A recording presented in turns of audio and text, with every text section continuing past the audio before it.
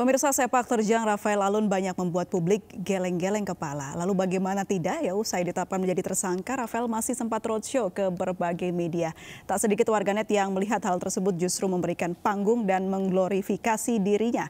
Padahal ia sudah masuk tahap pemeriksaan oleh penyidik KPK.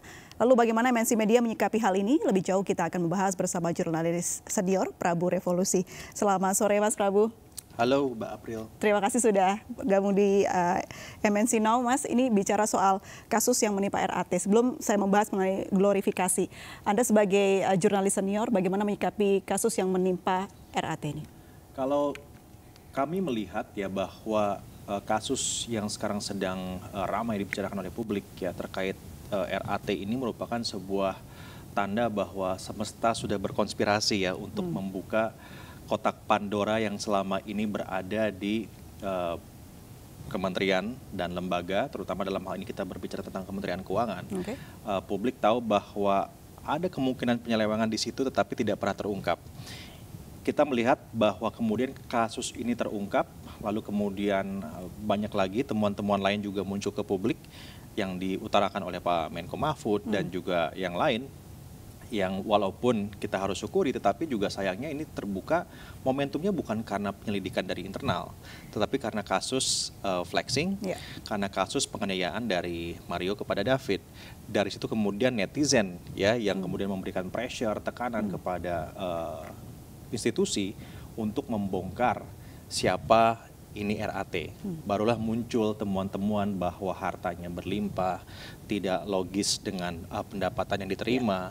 Walaupun sudah mendapatkan renumerasi pun masih belum sampai itu angka ke beberapa temuan ya, puluhan miliar yang ada di rekening dan juga di safe deposit box-nya.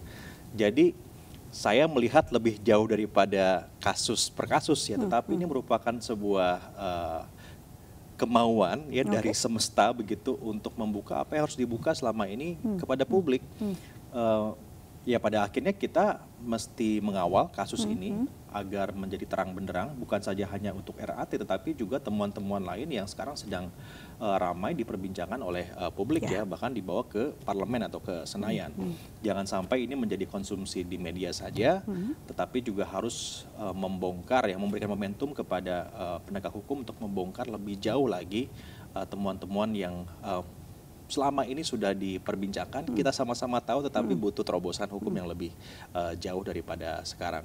Oleh karena itu, ya kita melihat bahwa media dan publik ini harus satu sikap ya melihat peristiwa tersebut gitu. Kita sudah memastikan untuk menempatkan posisi kita di tempat yang tepat, bahwa ada kepentingan publik, ada pajak publik, ada keuangan publik yang harus kita protek dan dipastikan agar penggunaannya itu tepat guna ya, tidak seperti ya temuan yang sekarang beredar di masyarakat.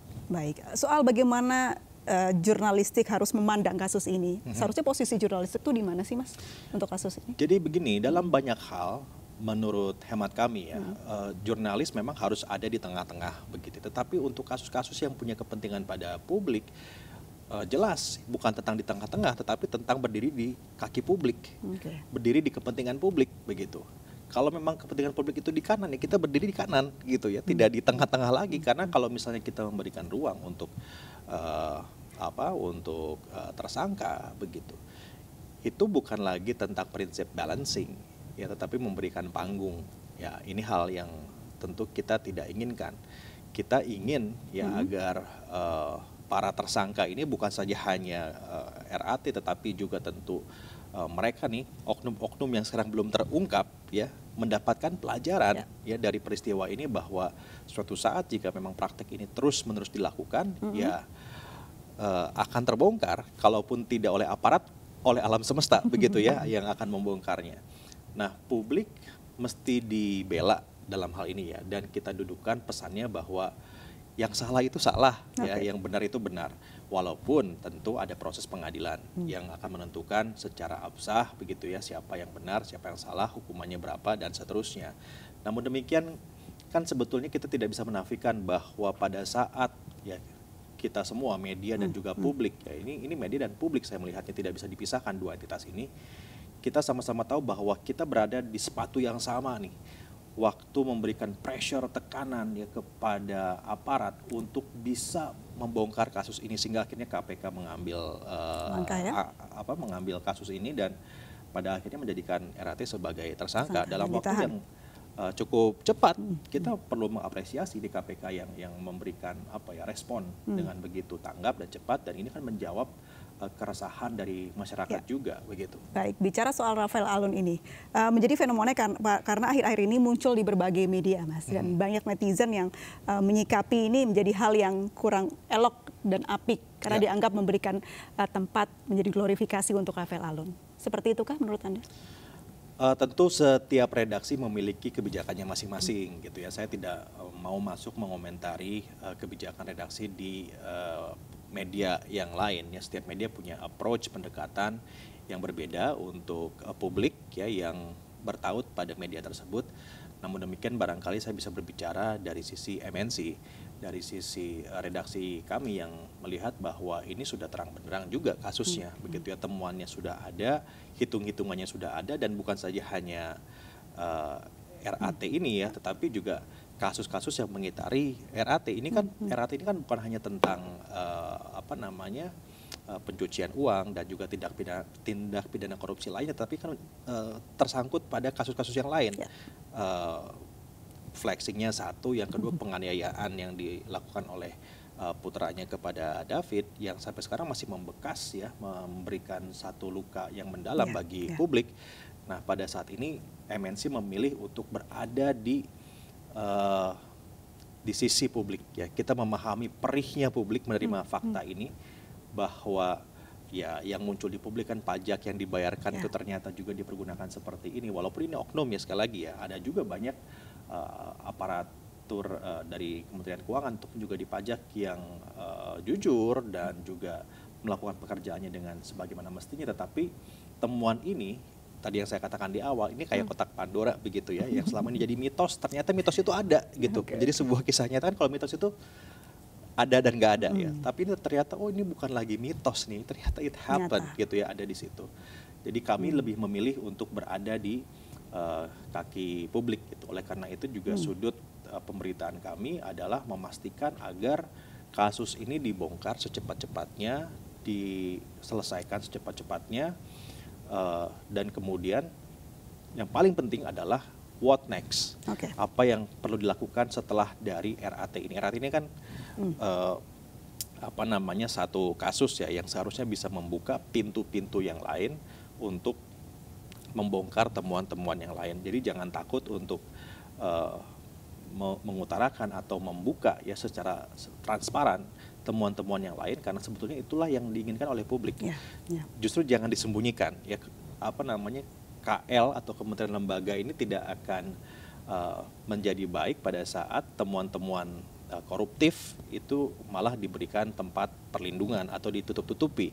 Ya, prestasi dari birokrasi kita salah satunya adalah mengungkap korupsinya, mengungkap kejahatan yang ada di dalam birokrasi tersebut. Sehingga jika pimpinan dari atasnya ya, top down, itu memberikan keberpihakan pada pembongkaran korupsi ya, temuan kasus ini kasus itu di kementeriannya, itu malah diapresiasi publik. Contohnya Kementerian BUMN ya, yang membongkar banyak kasus BUMN di mana-mana begitu dan kan, merapikan sehingga BUMN. apresiasinya di positif ya, ketimbang kita tahu bahwa ada perilaku yang koruptif di dalamnya tetapi kita menutupi demi persepsi publik. Nah, itu yang salah gitu ya. Justru sekarang publik demands ya, menginginkan agar kementerian ini membuka dosa-dosanya atau borok-boroknya ya yang memang sekarang ini ada ya ke muka hukum. Itu yang diinginkan. Jadi bersih-bersih kementerian lembaga ini justru malahan ekspektasi publik. Untuk pembenahan ke depannya. Untuk pembenahan ke depan. Bicara soal bagaimana kita, jadi MNC Media ini posisinya mengarah ke publik ya, untuk bisa memfasilitasi apa yang diinginkan publik. Bicara soal what next begitu Mas Prabu, apa yang akan dilakukan MNC Media ke depan untuk bisa memfasilitasi kita ini? sih akan terus mengawal ya kasus ini sampai tuntas. Bukan saja hanya RAT salah satu bagian. Kalau diperhatikan dari semua pemberitaan yang ada di MNC begitu ya, kita menganggap serius perilaku koruptif begitu ya. Siapapun yang memang punya indikasi dan ada asosiasi pada perilaku koruptif ya, tentu kita akan terus kawal sampai kemudian dibuktikan tidak bersalah. Ini penting juga kan, bahwa kemudian setelah diputuskan tidak bersalah ya kita memberikan haknya untuk memulihkan namanya. Tetapi fungsi dari media adalah justru mengakselerasi, mendorong agar pengungkapan hukum ini bisa dipercepat dan kemudian bisa menjawab hak publik untuk tahu bahwa pemerintahannya itu bersih. Baik, ya kita harapkan independensi media tetap harus ditegakkan ya, Mas Prabu, di tengah banyaknya kasus yang ada dan juga oknum yang berusaha untuk memanfaatkan media untuk kepentingan pribadi. Terima kasih banyak Mas Prabu Revolusi, jurnalis senior MNC Media, sudah berbagi pandangannya di MNC News bersama kami. Sehat selalu, selamat sore Mas Prabu. Sore.